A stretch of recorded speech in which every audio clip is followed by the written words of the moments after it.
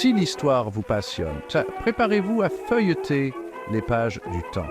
Les livres, ces gardiens silencieux de la connaissance, ont traversé des millénaires évoluant avec chaque civilisation et chaque avancée technologique. Aujourd'hui, nous allons explorer cette évolution fascinante, de ses humbles débuts à ses formes les plus modernes. Des tablettes d'argile aux livres numériques, l'histoire du livre est captivante. Chaque époque a apporté son lot d'innovations, transformant non seulement la manière dont nous consommons l'information, mais aussi la manière dont nous la préservons pour les générations futures. Commençons par l'ancienne Sumer, où les premiers livres étaient en fait des tablettes d'argile.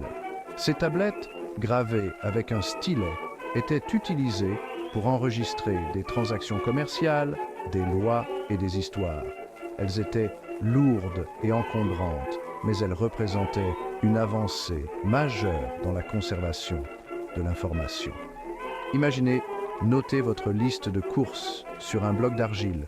Chaque caractère devait être soigneusement gravé et une fois terminé, il n'y avait pas de retour en arrière. Pourtant, ces tablettes ont survécu des milliers d'années, nous offrant un aperçu précieux de la vie quotidienne des anciens Sumériens.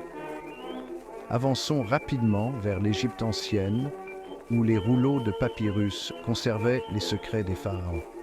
Le papyrus, fabriqué à partir de la plante du même nom, était plus léger et plus facile à transporter que les tablettes d'argile. Les Égyptiens l'utilisaient pour tout, des documents administratifs aux textes religieux. Passons aux Grecs et aux Romains. Ces civilisations ont adopté et amélioré l'utilisation des rouleaux de papyrus, les transformant en un moyen de diffusion de la littérature et de la philosophie. Les œuvres d'Homère, de Platon et d'Aristote ont été préservées grâce à ces rouleaux. Ils ont mis la barre plus haut avec leurs œuvres littéraires et philosophiques sur des rouleaux. Ces textes ont non seulement influencé leur propre époque, mais ont également jeté les bases de la pensée occidentale moderne. Les rouleaux étaient souvent stockés dans des bibliothèques, comme la célèbre bibliothèque d'Alexandrie, où des érudits du monde entier venaient étudier. Mais qui veut gérer tout ce déroulement et cet enroulement? Les rouleaux étaient fragiles et difficiles à manipuler, ce qui a conduit à la recherche de formats plus pratiques. Place au codex, vers le IIe siècle. Considérez-le comme le prototype de nos livres modernes, avec des pages pliées et reliées ensemble. Le codex était plus facile à lire et à transporter que les rouleaux, et il permettait une consultation plus rapide des informations. Et puis, roulement de tambour, l'imprimerie de Johannes Gutenberg au milieu du XVe siècle. Cette invention révolutionnaire a changé la donne. Pour la première fois, il était possible de produire des livres en grande quantité et à moindre coût. Cette invention révolutionnaire a rendu les livres plus rapides et moins chers à produire, déclenchant la Renaissance et diffusant la connaissance comme une traînée de poudre. Les idées pouvaient désormais se propager rapidement à travers l'Europe, alimentant des mouvements intellectuels et culturels.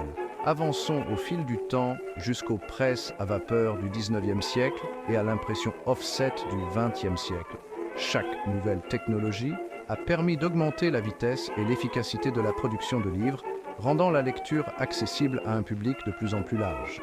Chaque innovation rendant les livres plus accessibles et plus variés. Les romans, les manuels scolaires, les journaux et les magazines ont tous bénéficié de ces avancées, enrichissant notre culture et notre éducation.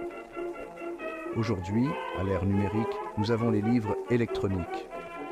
Ces e-books peuvent être téléchargés instantanément et lus sur une variété de dispositifs, des ordinateurs aux tablettes en passant par les smartphones, une distribution instantanée et mondiale à portée de main, plus besoin d'attendre des jours ou des semaines pour recevoir un livre. Il suffit de quelques clics pour accéder à une bibliothèque mondiale. De l'argile au clic, les livres se sont métamorphosés à chaque saut technologique et à chaque changement culturel. Chaque format a ses avantages et ses inconvénients, mais tous ont contribué à la diffusion de la connaissance et à l'enrichissement de l'humanité. Quel voyage, n'est-ce pas? En regardant en arrière, nous pouvons apprécier le chemin parcouru et anticiper avec excitation les innovations futures. Les livres continueront d'évoluer, mais leur essence, celle de transmettre des idées et des histoires, restera inchangée. Alors que vous préfériez l'odeur des pages imprimées ou la commodité des écrans, souvenez-vous que chaque livre est une porte vers un autre monde, une autre époque, une autre perspective.